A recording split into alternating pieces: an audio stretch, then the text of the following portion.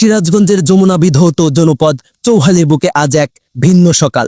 এ সকাল শুধু আনন্দের নয়, এ সকাল মহান ত্যাগের এবং মহিমার। বাতাসে ভেসে আসা তাকবীর ধ্বনি স্মরণ করিয়ে দিচ্ছে হযরত ইব্রাহিম আলাইহিসসালামের আত্মত্যাগের সেই মহান স্মৃতি। পরিবারের প্রতিটি সদস্যের মনে একদিকে ঈদের আনন্দ, অন্যদিকে আল্লাহর সন্তুষ্টি লাভের জন্য প্রিয় পশু উৎসর্গের প্রস্তুতি। চৌহালির সকল পথ যেন আজ মিলেছে এক মোহনায়।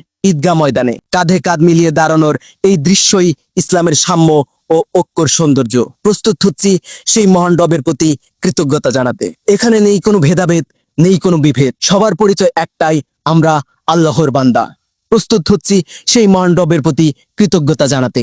আল্লাহু আকবার ধ্বনিতে মুখরিত চৌহালির প্রান্তর। প্রতিটি সেজদায় ফুটে উঠেছে আত্মসমর্পণের চূড়ান্ত রূপ। নামাজ শেষে দুহাত তুলে একটাই প্রার্থনা, হে আল্লাহ, আমাদের এই ত্যাগকে কবুল করে নাও, আমাদের মনকে পরিশুদ্ধ করে দাও। এই দোয়া শুধু নিজের জন্য নয়, সমগ্র মানব জাতির কল্যাণের জন্য। ত্যাগের মূল পর্ব সম্পূর্ণ করার জন্য চৌহালির প্রতিটি ঘরে আজ আল্লাহর নামে হবে উৎসর্গ।